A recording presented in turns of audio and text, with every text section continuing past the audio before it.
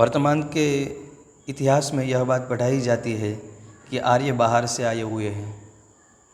यह बात का पहला उल्लेख किया है आर्कटिक होमिन वेदास नाम की बुक में, और उसके बाद सभी इतिहासकारों ने यह लिखा कि आर्य उत्तर ध्रुव के रहने वाले थे और वहाँ से यहाँ भारत में आए, और यहाँ जो रहने वाले अनार्य थे, जो दस्यु थे, उसके ऊपर आक्रमण किया और उसको अपना दास बनाया।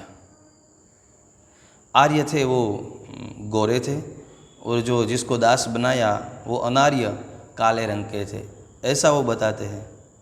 इससे ही हमें उन इतिहासकारों की मानसिकता का पता चल जाता है। उन लोगों ने, अंग्रेज़ों ने काले गोरे का भेद करा। अमेरिका में अभी भी वो भेद दिखाई देता है, वहाँ हिंसा भी होती है। तो उसका जो भेद था उसके ऊपर अनुमान करके यह बात बताई कि वो गोरे लोगों ने यहाँ के काले लोगों के ऊपर आक्रमण किया। और किस बात के ऊपर यह आधार रखते हैं, कहते हैं ऋग्वेद में जो वातावरण का वर्णन मिलता है वो वातावरण अभी उत्तर ध्रुव में दिखाई देता है, इसलिए कहते हैं कि आर्य वहाँ के थे। लेकिन यह तो विज्ञान है, थोड़े थोड़े समय पे संशोधन होते हैं। जो पुराने बातें होती है, जो पुरानी मान्यताएं होती है, उसका छेद कर देते हैं, उसको उड़ा देते हैं। तो थोड़े समय पहले ही विज्ञान ने यह संशोधन किया कि पृथ्वी का जो सेंटर है वो समय समय पे बदलता रहता है, और उसके आधार पे वातावरण में भी चेंज होता है, वातावरण भी बदलता है।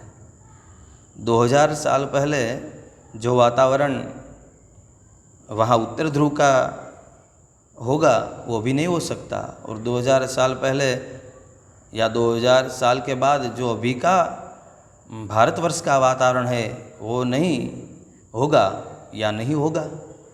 वातावरण में परिवर्तन होता रहता है। इसके आधार पे हम यह कह नहीं सकते कि आर्य बाहर से आए हुए हैं। और आर्य शब्द जो है हमारे शास्त्रों में, वेदों में कहीं भी जातिवाचक नहीं है। आचरितुम योग्य आर्य, जिसका आचरण अपनाने योग्य हो उसे आर्य कहते हैं।